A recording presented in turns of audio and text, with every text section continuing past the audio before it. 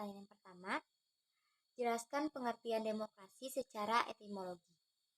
Demokrasi berasal dari dua kata dalam bahasa Yunani, yaitu demos yang artinya rakyat dan kratos atau kratein yang artinya pemerintahan, sehingga demokrasi memiliki arti pemerintahan rakyat. Yang kedua, jelaskan klasifikasi demokrasi berdasarkan proses penyaluran kehendak rakyat. Klasifikasi demokrasi berdasarkan penyaluran kehendak rakyat terbagi menjadi dua, yaitu demokrasi langsung dan demokrasi tidak langsung.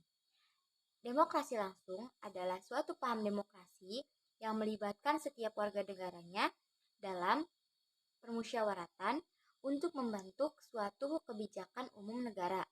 Sedangkan demokrasi tidak langsung adalah paham demokrasi yang menggunakan sistem perwakilan. Demokrasi ini biasanya dilaksanakan melalui pemilihan umum. Indonesia juga memakai paham ini, yaitu ada DPR sebagai perwakilan rakyatnya. Pertanyaan yang ketiga, sebutkan 10 pilar menurut Ahmad Sanusi. Demokrasi yang berketuhanan yang Maha Esa, demokrasi dengan kecerdasan, demokrasi dengan berkedaulatan rakyat, demokrasi dengan rule of law, demokrasi dengan pemilihan dengan pemisahan kekuasaan negara, demokrasi dengan hak asasi manusia, demokrasi dengan pengadilan yang merdeka, demokrasi dengan otonomi daerah, demokrasi dengan kemakmuran, demokrasi yang berkeadilan sosial. Pertanyaan yang keempat, jelaskan 5 indikator sistem pemerintahan demokrasi menurut Afan Ghaffar. Yang pertama ada akuntabilitas.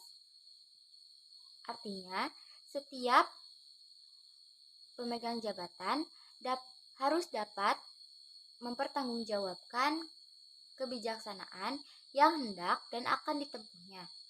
Yang kedua, rotasi kekuasaan. Rotasi kekuasaan harus dilaksanakan secara teratur dan damai. Yang ketiga, ada rekrutmen politik yang terbuka.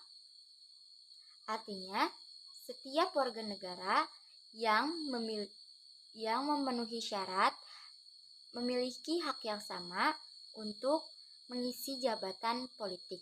Yang keempat, ada pemilihan umum.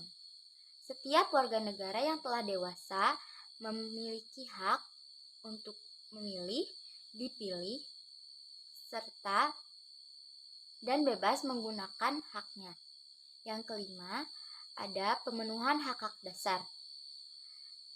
Dalam negara demokrasi, setiap warga negaranya dapat menikmati hak-hak dasar seperti bebas menyatakan pendapat, berkumpul dan berserikat, serta